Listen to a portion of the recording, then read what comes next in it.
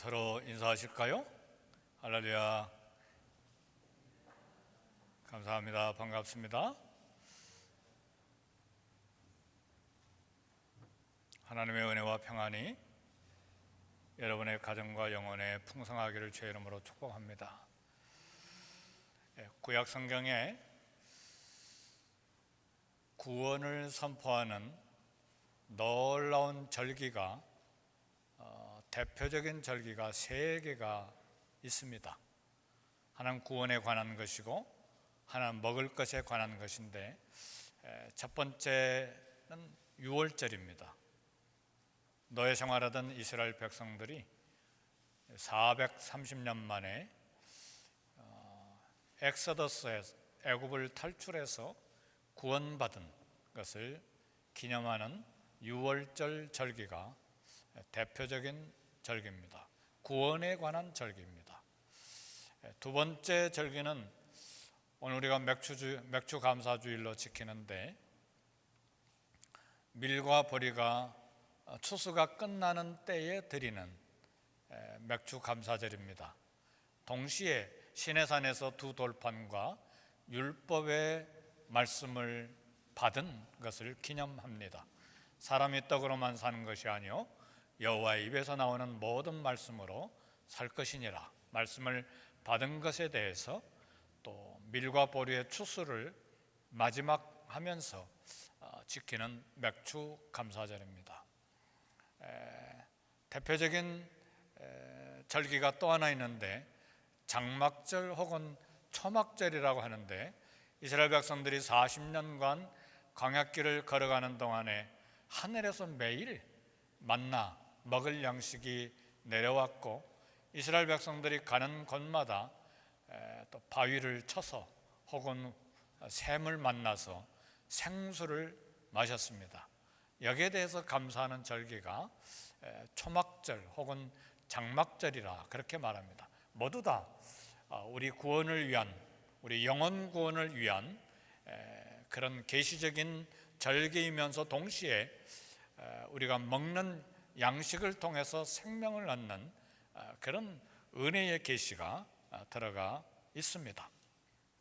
그런데 이 유월절, 맥주절, 장막절 세 절기를 이 세 절기가 우리에게 전해주는 구원의 계시를 한꺼번에 완성시켜 주신 놀라운 사건이 있었는데 그것이 바로 2000년 전에 이 땅에 오셔서 저와 여러분을 대신해서 갈보리 언덕에 올라가셔서 십자가에 몸에 찢기시고 피를 흘려 죽으신 예수 그리스도의 십자가가 최종 구원의 계시로 우리에게 주어졌습니다.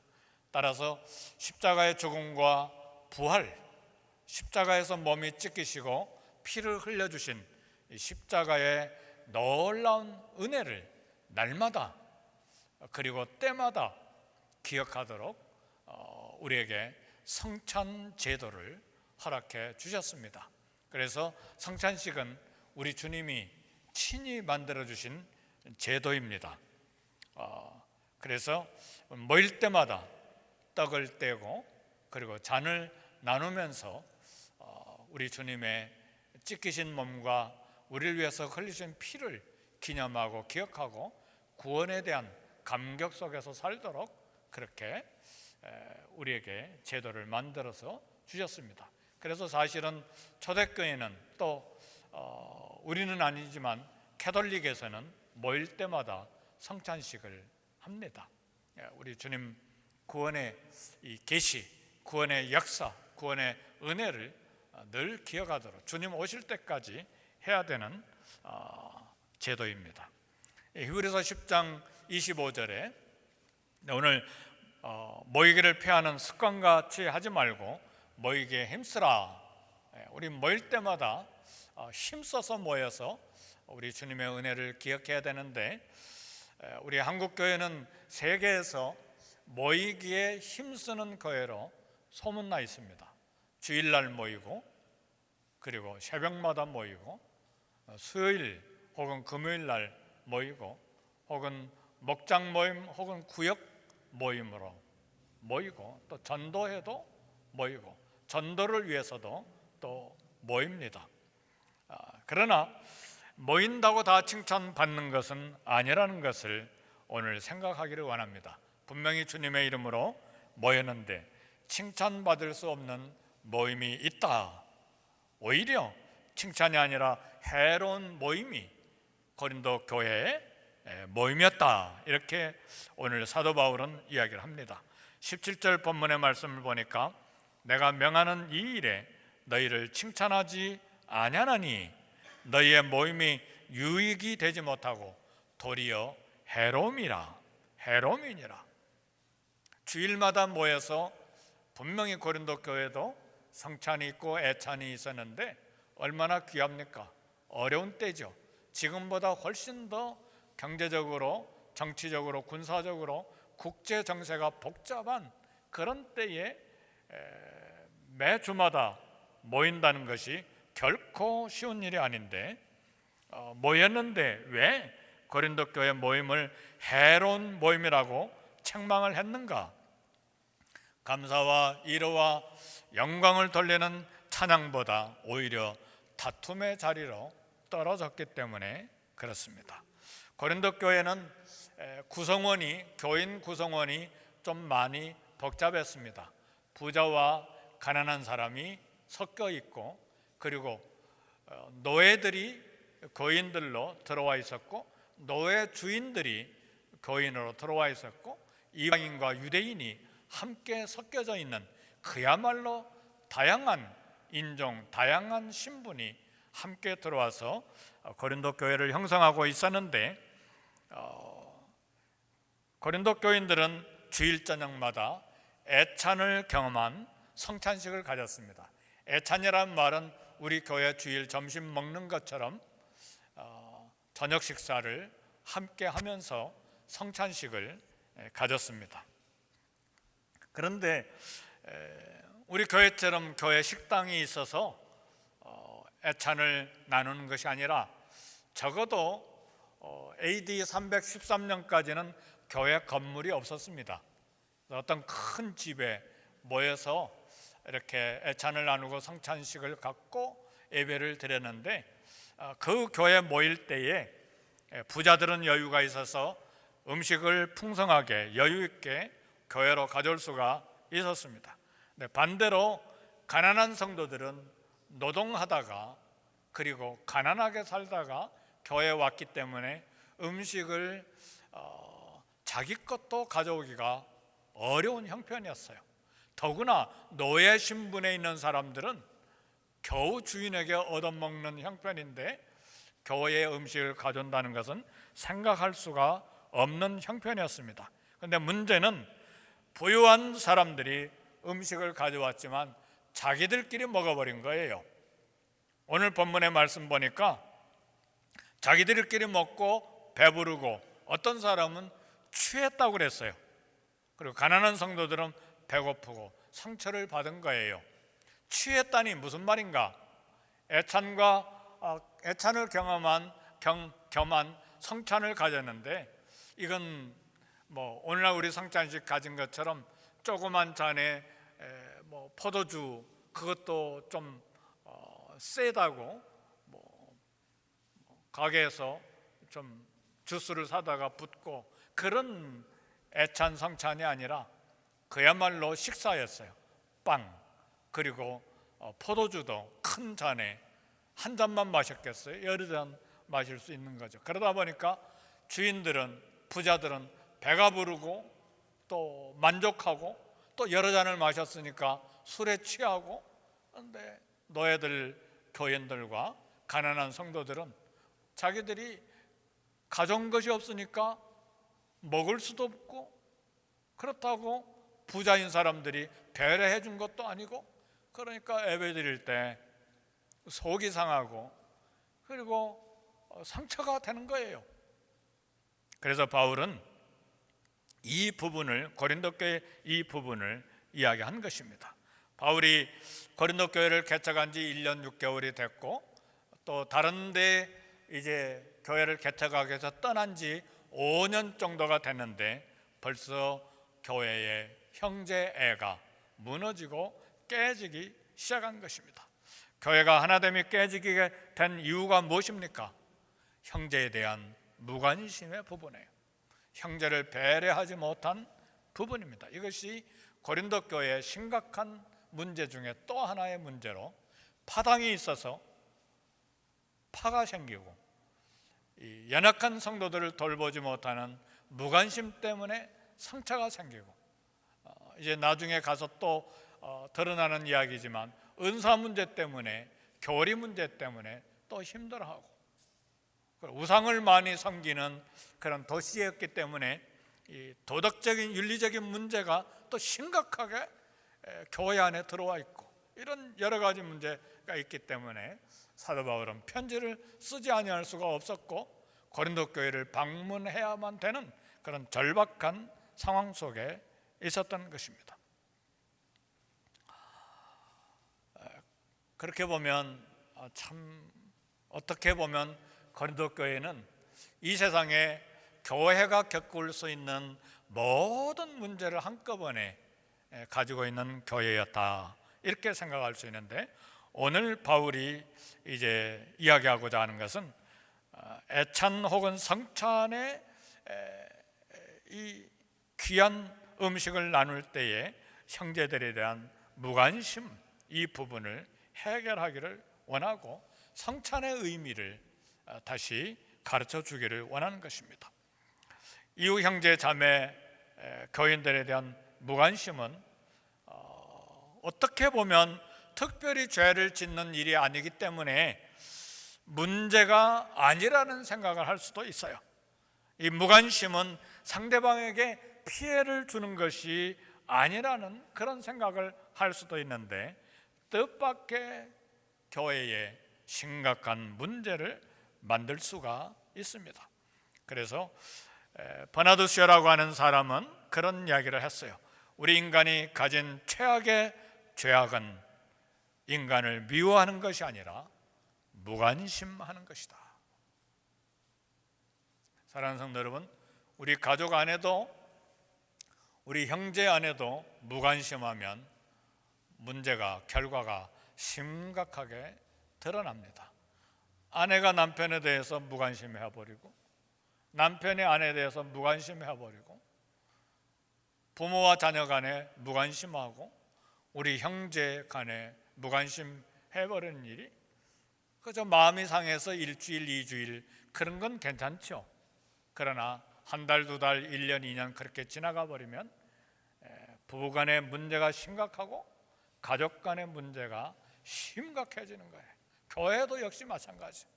심각성을 깨닫지 못하면 그런 대로 그렇게 교회가 흘러가 버리고 말게 되는 것입니다. 그래서 오늘 교회 안의 성도들에 대한 관심이 얼마나 중요한지, 형제 문제를 내 문제로 품고 해결해야 되는, 기도해야 되는 그런 지극한 관심이 우리에게 있어야 되는 것입니다. 그래서 바울은 성찬식이 만들어진 근본 이유를 이제 설명하기 시작해요. 바울이 사도들에게서 배운 것이 아니라 우리 예수님으로부터 직접 계시를 받은 거예요. 그래서 오늘 본문 23절 25절에 보니까 내가 너희에게 전한 것은 주께 받은 것이니, 사도들로부터 배운 것이 아니라 우리 예수님으로부터, 부활하신 예수님으로부터 계시로 받은 것이니, 그 말이에요. 곧 주 예수께서 잡히시던 밤에 떡을 가지사 축사하시고 떼어 이르시되 이것은 너희를 위하는 내 몸이니 이것을 행하여 나를 기념하라. 그리고 식후에 또한 그와 같이 잔을 가지시고 이르시되 이 잔은 내 피로 세운 새 언약이니 이것을 행하여 마실 때마다 나를 기념하라. 이것이 우리 주님께서 성찬식을 제정하신 그런 중요한 이유, 근본 이유와 그런 처음을 이야기하는 것입니다. 성찬은, 우리는 지금 그것 아니죠. 성찬식 할 때 많은 빵, 많은 포도주 갖다 놓고 한 건 아니죠. 한 번은 우리 선교사님들 모일 때 그런 성찬식을 가진 적이 있었어요. 선교사님들이 막 200명, 300명이 모였는데 그야말로 빵을 많이 갖다 놓고 포도주도 이 조그만 잔이 아니라 진짜 큰 잔에 따라서 먹도록 하는, 그렇게 성찬식을 한번 가져본 적이 있습니다. 난생 처음으로 한번 그렇게 가져본 적이 있어요. 수백 명이. 근데 오늘 우리가 성찬식에서 알아야 될 것은 성찬에 참여함으로 오늘 우리에게 주시는 교훈이 무엇인지, 첫 번째는 예수님의 살과 피를 희생 제물로 바치신 사건을 기념하는 거예요. 성찬에 참여하는 성도들, 주의 십자가 공로로 구원받은 것을 죽을 때까지, 주님 다시 오실 때까지 결코 잊지 아니하고 기억하는 것입니다. 그리고 두 번째 교훈은 주님의 살과 피에 참여함으로 한 몸 한 피에 참여했기 때문에 하나로 연합된 의식, 먼저는 주님과 연합된 것이고 두 번째는 예수님의 한 몸 한 피에 참여하는 것이기 때문에 그 한 몸 한 피에 참여하는 성도들이 연합된 한 지체가 된다는 것을 기억해야 됩니다. 그래서 성도들이 하나 되도록 더욱 힘쓰기를 결단하는 그런 것이 성찬이 우리에게 주는 두 가지 교훈입니다. 주님이 목숨을 버리신 사랑의 본을 따라서 그 사랑으로 우리 성도들을 서로 생각하고 기억하고 무관심이 아니라 지극한 관심을 갖고 들여다보는 것입니다. 그러지 아니한 가운데서 성찬에 참여하고 교회 생활을 할 때에 바울은 이야기합니다. 그러므로 주의 몸을 분별하지 못하고 먹고 마시는 것은 자기의 죄를 먹고 마시는 것이다. 주의 몸과 피를 분별하지 못한 결과를 이야기하는 것입니다. 주님의 성찬을 무시하고 하나됨을 깨뜨리는 행위에 대해서 하나님이 징계하신다. 그래서 바울은 오늘 본문의 30절 말씀 보니까 그래서 너희 교회 안에 병든 자들이 많고 약한 자들이 많고 어떤 자들은 죽었다, 죽은 자들이 적지 않다, 그런 말씀을 했어요. 주님의 몸과 피에 대해서 죄를 짓는 것이기 때문에 심판이 있다는 말씀입니다. 우리의 현재 행동이 하나님의 최후의 심판과 관계가 있습니다. 우리는 다 과거 일로 잊어버리고 다 아무것도 아닌 것처럼 지났지만 우리 주님 마지막 최후의 심판 관계가 있다는 것을 알아야 합니다. 우리는 하나님의 최후의 심판에 대해서 듣기 싫어하는 경향이 있어요. 그러나 듣기 싫어도 들어야 되는 것은 우리에게 유익하기 때문에, 우리 아이들 주사 놔줄 때 악을 쓰고 울잖아요. 그러나 주사를 놔줘야 살아나기 때문에 주사를 주는 것이죠. 약은 쓰죠. 그러나 쓰지만 한 주먹이라도 먹어야 살 수가 있기 때문에 쓴 약을 먹는 거예요. 하나님 말씀도 우리에게 씁니까? 입에서는 쓰지만 속에서는 꿀처럼 달기 때문에 먹어야 돼요. 우리 몸과 영혼이 살아나는 것이기 때문에 듣기 싫은 말씀도 영혼의 유익을 위해서 먹어야 되는 것입니다. 고린도 교인들이 주님의 이름으로 예배를 드린다고 생각했어요. 남이 어떻게든, 남이 아프든, 남이 고통하든 고민하든 상관없이 나는 예배 드린다, 헌금 드리고 찬양하고 예배 드린다, 주님의 이름으로 열심을 내고 봉사하고 성찬을 나눈다, 그렇게 생각하는데 고린도 교인이 사랑한 대상은 이웃이 아니라 자기 자신들이었어요. 오직 자신들의 유익과 만족을 위해서 떡을 떼고 교제를 했는데 자기들끼리 먹고 취하도록 먹고 마시고 스스로 기쁘고 즐겁고 만족했어요. 그러나 바울은 그래서 너희들 안에 병든 자도 많고 죽은 자도 적지가 않다. 사랑하는 성도 여러분, 기독교 신앙은 나보다 남을 배려하는 이타적인 특징을 갖습니다. 왜요? 우리 주님이 그런 길을 걸어가셨기 때문에. 그래, 스데반 집사님조차도 돌로 치는 사람들을 향해서 기도하잖아요. 저들을 용서해 주옵소서. 상대방이 자신에게 잘못을 해도 70번에 70번씩을 용서하도록 우리에게 우리 주님이 요청하셨어요. 왜 그렇습니까? 우리 주님이 나를 용서하실 때 70번에 7번씩이라도 용서해 주셨기 때문에 70번에 7번이 아니라 7000번에 7번이라도 우리 주님은 용서하셔서 내가 여기까지 오게 하셨습니다. 아멘입니까? 앞으로도 몇만 번의 죄를 지어도 또 용서하실 거예요. 그것이 우리 주님이 십자가에서 대신 피 흘려 죽으신 사랑입니다.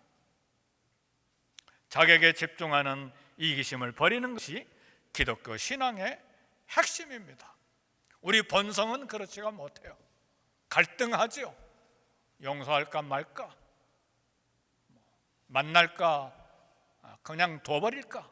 그러나 우리 주님은 끊임없이 말씀을 통해서, 양심을 통해서 자격에 집중하는 이기심을 버리도록 이야기합니다.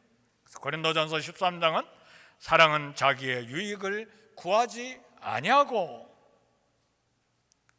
고린도전서 13장을 읽을 때는 저는 늘 여기 와서 눈이 번쩍 띄어요. 본능적으로 나의 유익을 위해서 여기까지 살아왔는데 사랑은 자기의 유익을 구하지 아니하고.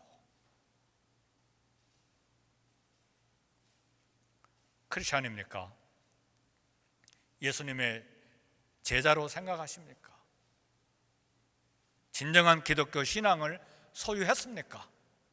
목사 직분이, 선교사 직분이, 우리 성도님들이 받은 직분이 우리의 영적인 권위를 나타내지 않습니다. 크리스찬임을 증명하지 못합니다. 크리스찬의 삶을 살고 있는가? 그것 때문에 고민하고 갈등하고 엎드려 기도해야 돼. 자신의 문제를 해결하기 위해서 땀 흘려 기도하면서 형제 문제에 무관심합니까? 저는 아니라고 생각해요. 우리 성도님들 많지 않지만 한 분 한 분 따져볼 때에 절대로 무관심 속에 지내지는 않아요. 갈등이 많죠. 아파하죠. 힘들어해요. 그게 저요, 우리 성도님들이에요. 근데 중요한 건 첫걸음을 내딛는 것이죠. 할렐루야.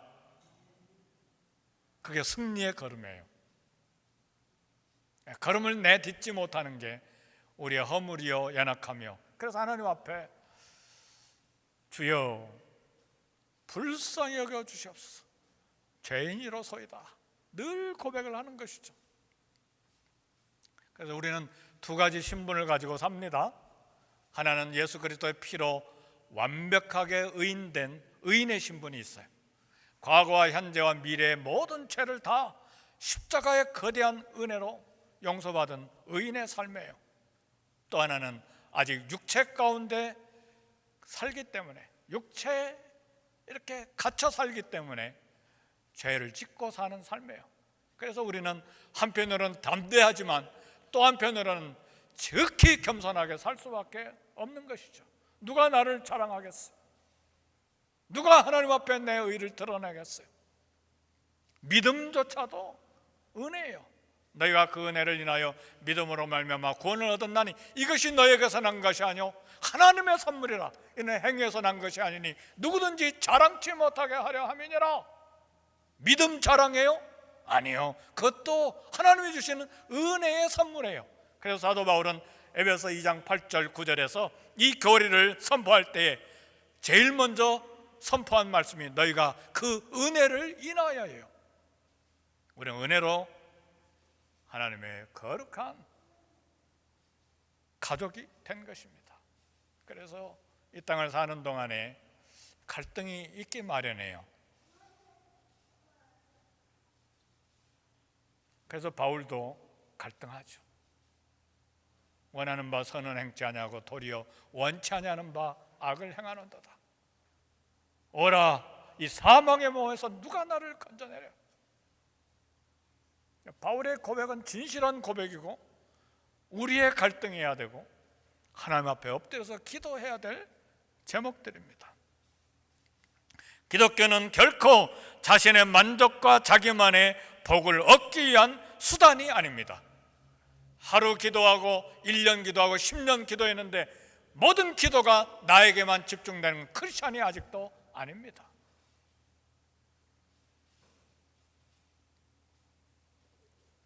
주님의 성찬은 죄 없으신 주님이 가치가 없고 자격이 없는 나 위에 죽으신 것을 기념하는 거예요. 그렇다면 나도 가치 없고 아무런 내놓을 것이 없는 나 위에 죽으신 주님을 생각하고 나도 어떻게 이웃을 향해서 나아갈 것인가를 결단해야 합니다. 사랑하는 교회 나는 어떤 직분자입니다. 그거 내놓겠습니까? 그거 이전에 I'm a Christian? 크리스찬으로서 삶을 살고 있는가? 주님의 성찬에 참여할 때에 우리는 주님 희생처럼 나도 희생과 봉사를 결단하는 거예요. 그게 물질이든 그게 자존심이든 아니면 내 명예에 관한 것이든 그 삶을 따라가지 않으면 주님의 제자가 될 수가 없죠. 그래서 우리 주님이 우리에게 요청하신 것은 아무든지 나를 따르거든 자기를 부인하고 deny himself, 그리고 자기 십자가를 지고 나를 좇을 것이니라. 사랑하는 성도 여러분, 말씀은 그렇게 쉽지가 않아요. 설교를 준비한 저도 결코 쉽지가 않아요. 월요일부터 설교 본문을 정하고, 다행히 저는 주제 설교가 아니라 본문 설교합니다. 주제 설교했다가는 큰일 나죠. 목적을 가지고 설교하니까 문제가 심각하죠. 그러나 본문 설교는 1장, 2장, 3장 계속 나온 대로 설교하니까 부담이 적어요. 그럼에도 불구하고 화요일부터 주일 새벽까지, 오늘은 새벽 3시 반에 일어났어. 또 들여다보고 또 생각하고, 그러면 너는 제대로 하냐, 설교자로서? 그러니까 늘 하나님 앞에 엎드릴 수밖에 없는 거죠. 감사하면서 동시에 연약함을 고백할 수밖에 없는 것이죠. 세월은 뜨거운 열정도 싸늘하게 식어버리게 하는 힘이 있습니다. 우리 사랑하는 하나님교회를 38년 전에 개척할 때 개척 멤버 몇 분이 우리 교회에 계시죠? 뜨거운 열정, 순결한 사랑 아직도 그대로 가지고 있습니까? 부부관계도 처음 가졌던 열정, 사랑 30년, 40년 지나면 그 열정, 사랑, 순결함이 그대로 유지됩니까? 예수님에 대한 사랑, 열정 식지 않고 처음과 같습니까? 예수님이 성찬식 만날 때마다 갖고 예식을 갖도록 제정해 주셨습니까? 세월이 가져다주는 주님에 대한 사랑, 후퇴를 막기 위해서 제정해 주신 것입니다. 왜요? 우리도 예수님에 대한 사랑, 권태기가 오기 때문에, 예수님에 대한 사랑 때문에 가슴이 아직 막 벌렁벌렁하고 뜨거운 분 손 들어보세요. 분명히 우리 생애 가운데 예수님에 대한 권태기가 있어요. 남편과 아내만 권태기가 있는 것이 아니고 하나님에 대한 권태기도 있어요. 그래서 우리 주님이 내가 너 위에 피를 흘렸다, 내가 너 위에 몸을 찢어서 주었다, 내가 너희를 사랑같이 너희도 서로 사랑해라. 구약 성경을 요약하면 내 이웃을 내 몸과 같이 사랑하라예요. 내가 나를 사랑한 것 같이 내 이웃을 사랑하라예요. 근데 우리 주님 새 계명을 너희에게 주노니 내가 너희를 사랑한 것 같이 너희도 서로 사랑해라. 우리 주님이 목숨을 주신 것 같이 너희도 사랑해라예요. 그런데요, 산상수훈에 들어오면 놀라운 말씀이 있어요. 내 원수를 사랑해라예요. 성경을 읽습니까? 정말 성경을 읽습니까? 아니요, 우리는 성경을 안다고 생각을 해요. 안다는 기노스코 헬라어는요, 지식으로 아는 게 아니에요. 삶으로 아는 거예요. 순종으로 아는 거예요.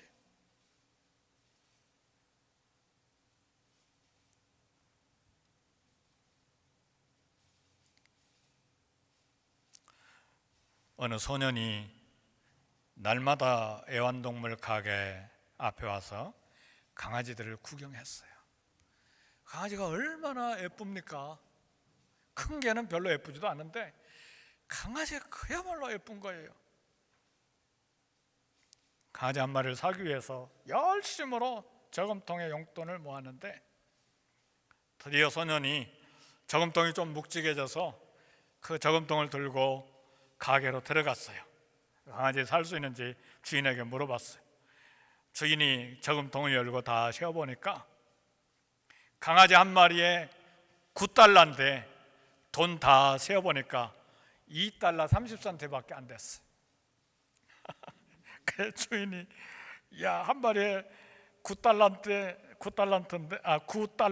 너 이불 30센트밖에 안 된다. 너 못 사. 소년이 너무 실망해가지고 얼굴이 붉어지고 낙심해가지고 기가 팍 죽었어요. 이 모습을 본 주인이 이 어린 소년, 참 이런 주인이 되기를 원합니다. 저도 원래 9달러인데 한 마리 줄 테니까 한번 골라봐. 이런 성도님들이 되시길 주의 이름으로 축복합니다. 할렐루야. 이런 사람이 있어요. 우리 주변에 정말 있어요. 여기는 옛날 이야기니까 9달러인데 뭐 90달러가 될 수도 있고 몇백 달러가 될 수도 있고, 가끔 신문에 보면 뭐 팁을 20% 줘야 되는데 1000달러 내놓고 가는 그런 경우도 있잖아요. 네? 저도 할 수 있는 대로 20%는 팁 주려고 애써 노력을 하죠. 성도 여러분, 그래서 소년이 좋아가지고 강아지 이리 보고 저리 보고 골랐는데 한 마리 골라가지고 가슴에 꽉 안았어요. 주인이 보고 애야 그 강아지 절름발이야. 다른 거 골라봐. 소년이 웃으면서 자기 바짓가랑이로 이렇게 들어 올리는데 소년의 다리 하나가 보조기구를 부착한 의족이었어요. 아저씨, 내 다리가 이러니까 이 절름발의 강아지가 좋아요. 우리 서로 좋은 친구가 될 수 있을 것 같아요. 사랑하는 성도 여러분, 어떤 성도가 나보다 못합니까? 나보다 더 죄를 많이 지었습니까? 내가 더 우월하다고 생각합니까? 서로 같은 죄인들이에요. 서로 같은 허물 많은 죄인들이에요. 내가 상대방 죄를 하나 더 지적했습니까? 그럼 죄가 상대방보다 하나 더 있는 거예요. 비판했기 때문에.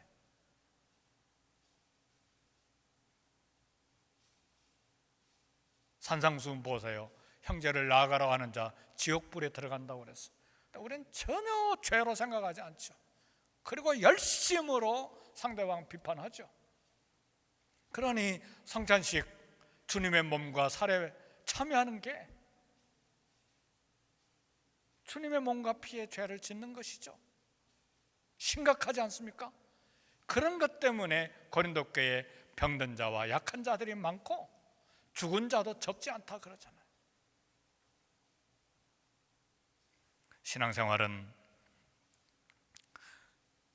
우리가 서로 같은 죄인들이고 서로 같은 허물 많은 죄인들이기 때문에 같은 죄인으로서 허물 있는 이웃을 감싸면서 품어주는 것이 평생의 신앙생활입니다. 우리 아내와 남편, 자식들 허물 없어서 같이 삽니까? 사랑 때문에 허물 덮어주면서 여기까지 온 것이죠. 교회도 한 가족이죠. 하나님 아버지를 모신 가족이죠. 신앙생활은 내게 이익이 되고 내게 도움이 될 사람들만 찾아서 사귀는 것이 아닙니다. 그것이 고린도 교회였어요. 그래서 네파가 생긴 거예요. 신앙생활은 허물 많은 사람을 세워주는 일에 힘을 쓰는 삶입니다. 우리 주님의 품에 안길 때까지, 우리 주님이 오실 때까지 그렇게 한 걸음 한 걸음 걸어가는 것이 우리 신앙생활입니다. 우리 기도하겠습니다.